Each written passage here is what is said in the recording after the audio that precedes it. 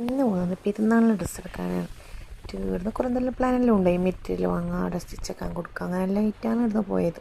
പക്ഷേ അവിടെ ഷോപ്പിലേക്ക് എത്തുമ്പോൾ ഞങ്ങൾ പ്ലാനെല്ലാം ചെറുതായിട്ട് മാറ്റിയിട്ട് ഇപ്പോൾ തന്നെ ഒരു ഷോപ്പ് ഉണ്ടായിരുന്നു നല്ല കളക്ഷനുള്ളതുകൊണ്ട് അവിടുന്ന് സൽവാറിൻ്റെ സെറ്റ് എടുത്ത്, പിന്നെ റെഡി എടുക്കുന്ന സെറ്റിന് നല്ല കളക്ഷൻസ് ഉണ്ടായി. റെഡി നല്ല ഉണ്ടായി, പക്ഷേ സെറ്റ് ആകുമ്പോൾ ഞാൻ സെറ്റിന് സ്റ്റിച്ചാക്കിയിട്ടുണ്ടായിട്ട് അതിനൊന്നും നീങ്ങാൻ വിചാരിച്ചതാണ്.